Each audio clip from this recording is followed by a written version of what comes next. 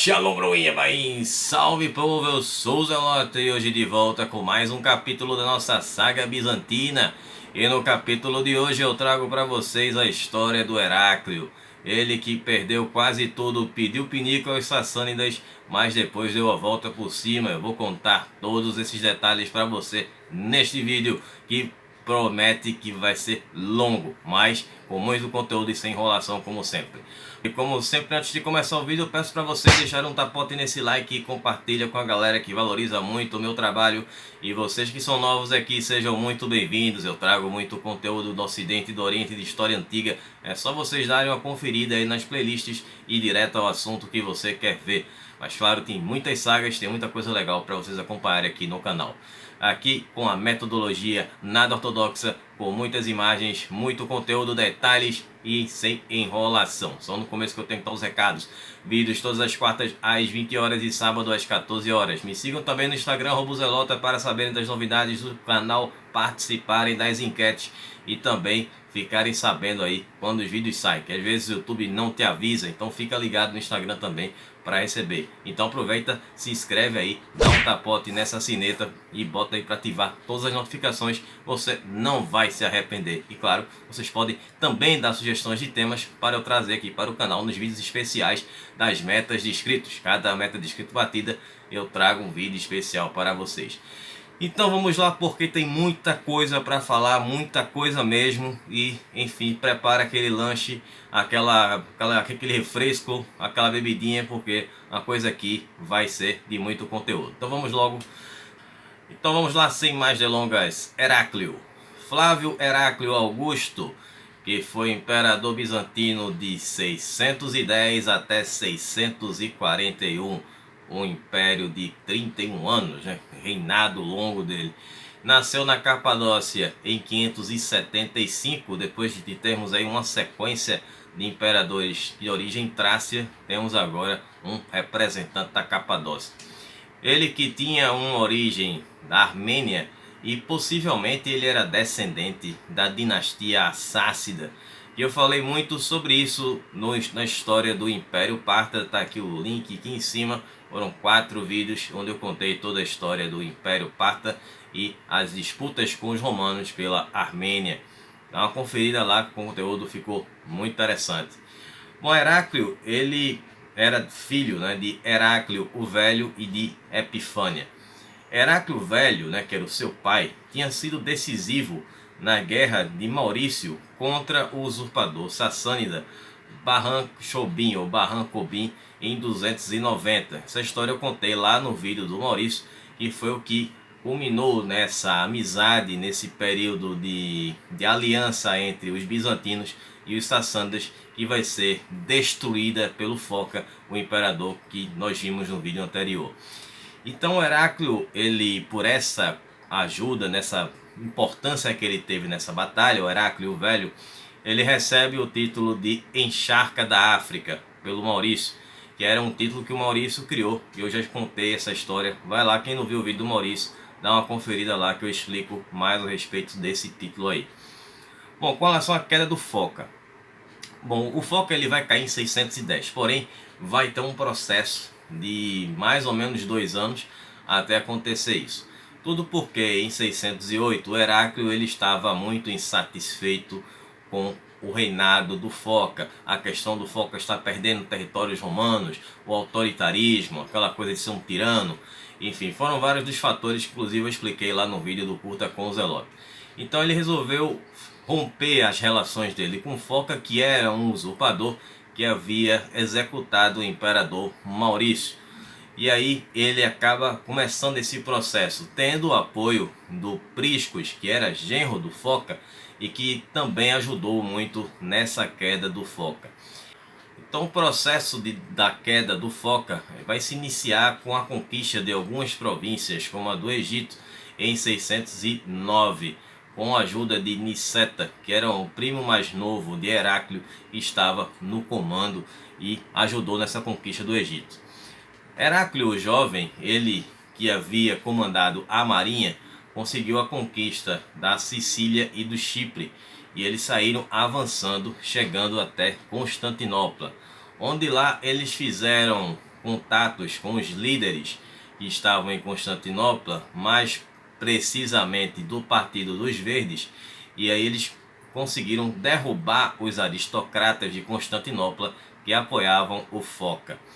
Então, chegando lá, ele faz esse contato quando ele entra, e aí ele consegue ser coroado pela primeira vez. Os portões de Constantinopla são abertos para o Heráclio e entra lá com a ajuda do prisco e dos sentinelas, que eram a guarda pessoal do imperador, né?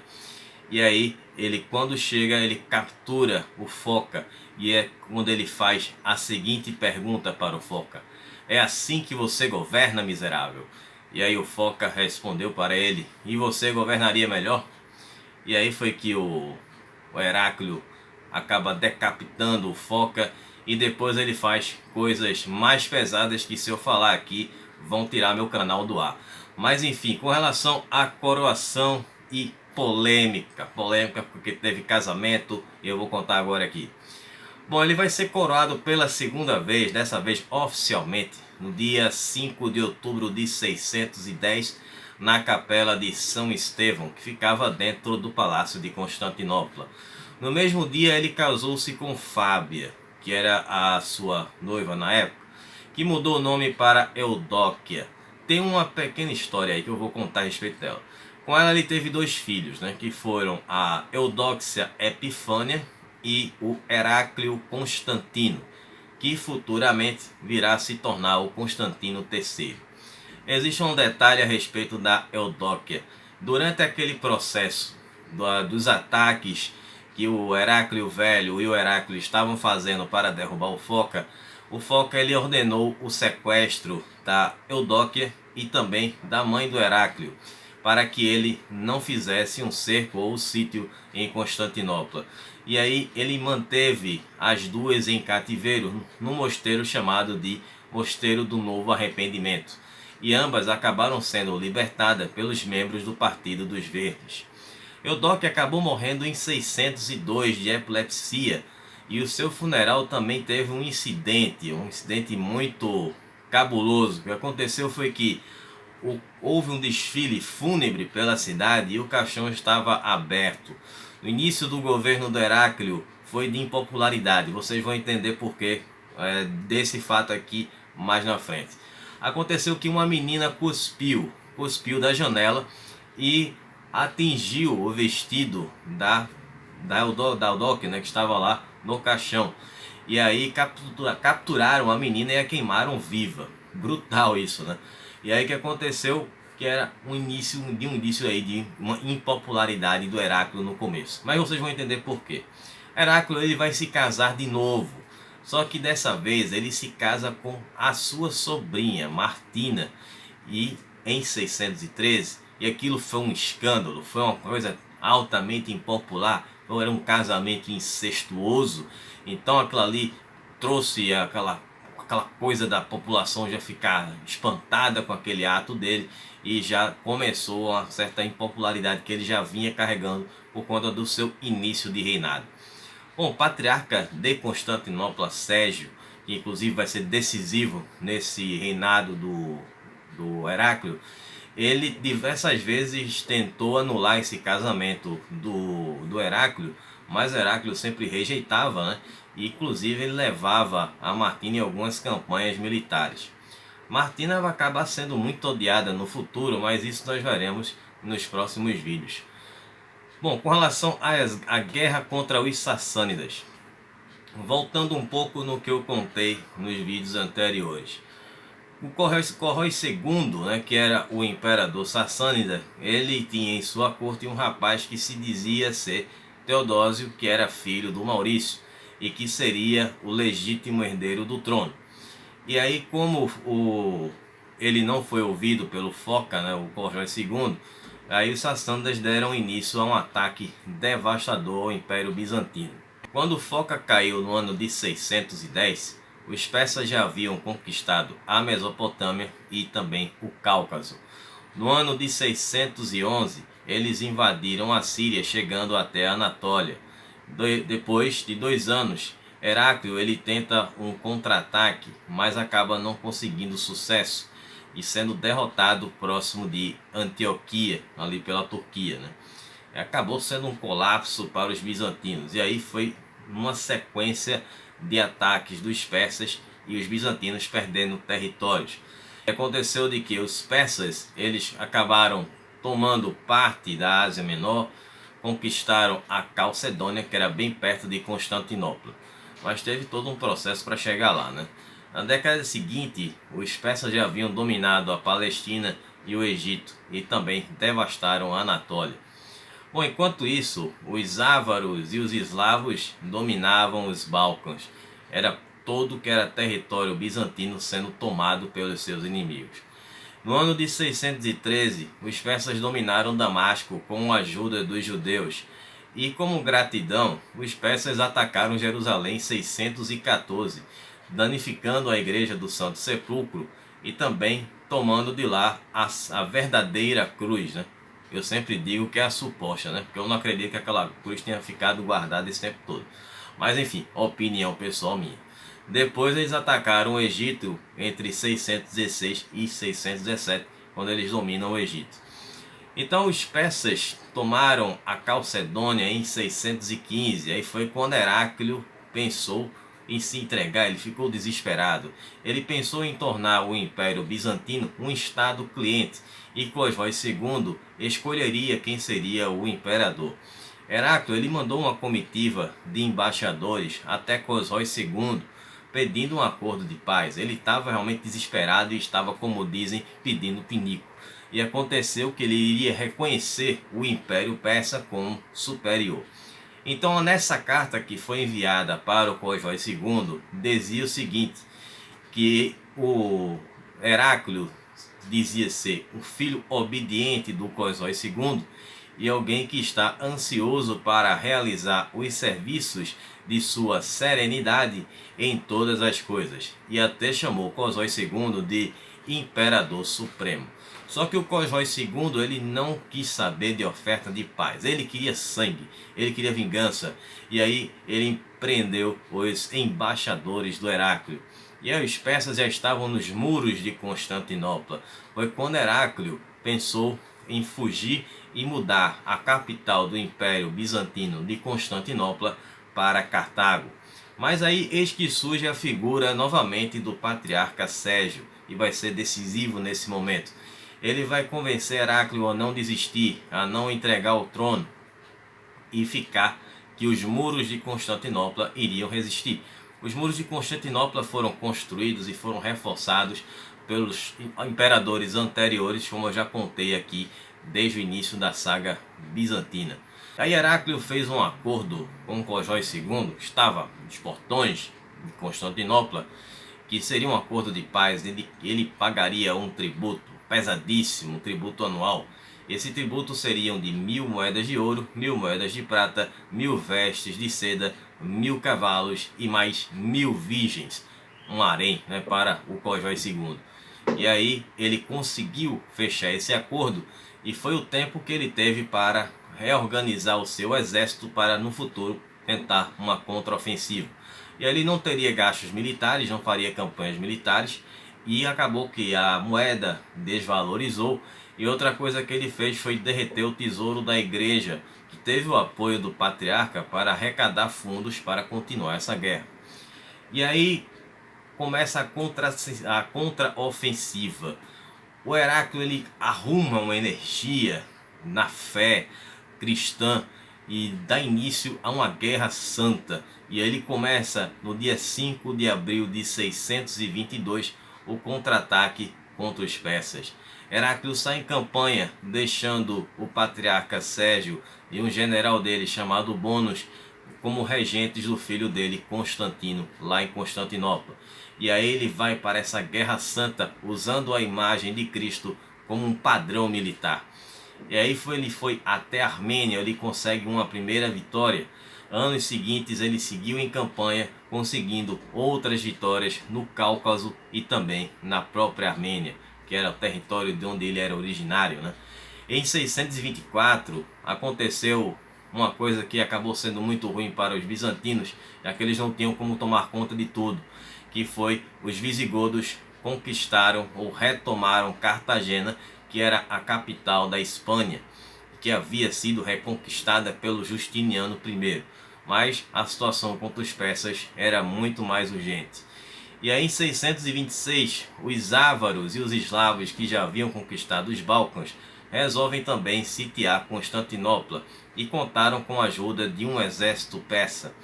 Só que aí eles fracassaram nessa tentativa e durante esse sítio o patriarca Sérgio fez uma procissão pela cidade de Constantinopla, pregando as imagens da Virgem Maria pelos muros da cidade, pelas ruas, as paredes, as casas, e enfim. E aquilo ali para ele trouxe a fé que evitou a invasão de Constantinopla. Um segundo exército persa veio para o ataque, mas foi interceptado por Teodoro, que era o irmão do Heráclio. Em 627, Heráclio ele ataca a Mesopotâmia. Apesar do no pleno inverno, os turcos desertaram, deixaram ele por conta própria, mas apesar disso ele consegue vencer a Batalha de Nínive. Seguindo, ele atravessa o rio Tigre, destruindo o palácio de Cojói II, que ficava na cidade de Dastargid, que é uma cidade próxima a Setifont. Essa cidade fica onde hoje é o Irã. E aí ele não chegou na capital, porque mais uma vez os sassânidas destruíram as pontes que davam acesso a Setifont, e aí ele acabou não conseguindo. Cojói II ficou desacreditado com aquelas derrotas, aquela sucessão de derrotas para o Heráclio. Isso acabou custando o cargo dele, onde ele sofre um golpe e é assassinado pelo próprio filho, o Cavad II, que resolve fazer um acordo com os bizantinos, resolvendo retirar suas tropas dos territórios do Império Bizantino que estavam ocupados pelos sassânidas. E aí, com esse acordo de paz, Heráclio também consegue em 629 recuperar a verdadeira cruz e a leva de volta para Jerusalém, onde acontece uma majestosa cerimônia. E ele acaba se intitulando com o título persa de Rei dos Reis e depois com o título grego de soberano. Esse título que será utilizado pelos imperadores bizantinos pelos próximos 800 anos.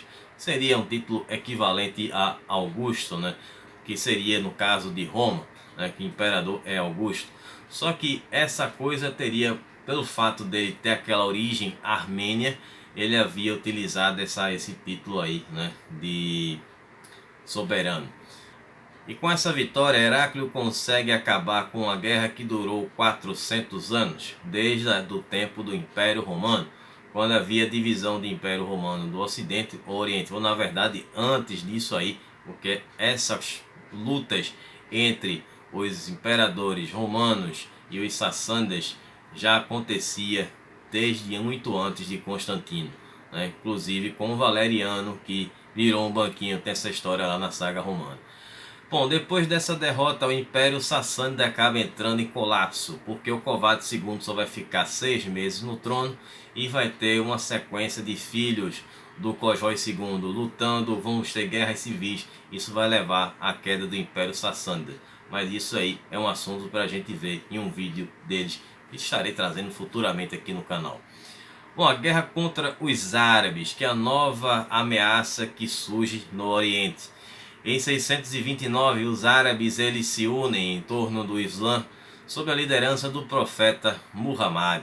Ele consegue unificar a Península Arábica, se tornando um estado forte e um grande perigo para os bizantinos e os persas. Então, consequentemente, os árabes é que vão aniquilar com o Império Sassânida.